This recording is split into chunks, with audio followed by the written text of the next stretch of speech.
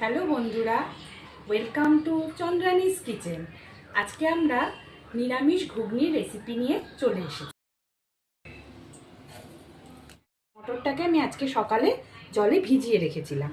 তারপর এখন আমি এই মটরটাকে সেদ্ধ করে নিয়েছি। আর আমরা মটরে একটু আলু দিই, কারণ আমাদের বাড়িতে সবাই একটু আলু খেতে ভালোবাসে। আর যেহেতু নিরামিষ, তাই জন্য আমি অল্প একটু আলু দিয়েছি। প্রথমে আমি তেলটাকে গরম করতে দিলাম। তারপর তেল গরম হওয়ার পর তার মধ্যে দিলাম কয়েকটা জিরে। ভাজা ভাজা হওয়ার পর তার মধ্যে একটা ছোট টমেটো কেটে তার মধ্যে দিয়ে দিলাম। আর টমেটোটা যাতে ভালোভাবে একটু নরম হয়ে যায়, ওই জন্য তার মধ্যে দিলাম একটু অল্প করে একটু লবণ।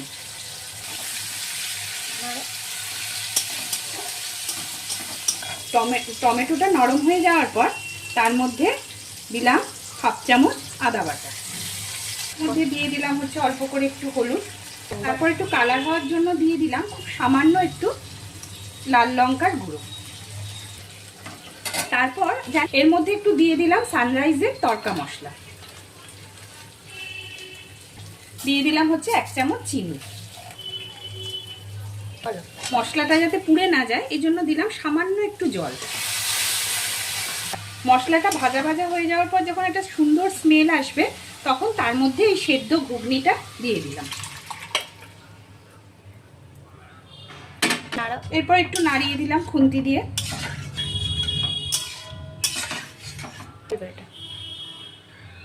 এবার আমরা 5 মিনিটের জন্য একটু ঢাকা দিয়ে দিলাম। আর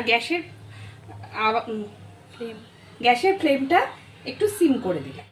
একটু কাঁচা লঙ্কা থেকে একটু ছড়িয়ে দেবেন, কাসুরি মেথি, যাতে একটু সুন্দর গন্ধ আসে। ওপর থেকে গন্ধের জন্য একটু ছড়িয়ে দেবেন সামান্য কাসুরি মেথি।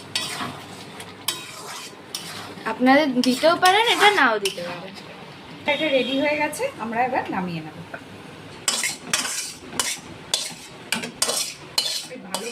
নামিয়ে নেওয়া হয়ে গেছে, এবার শুধু পরিবেশন করাটা বাকি। আমাদের রেসিপি রেডি টু সার্ভ।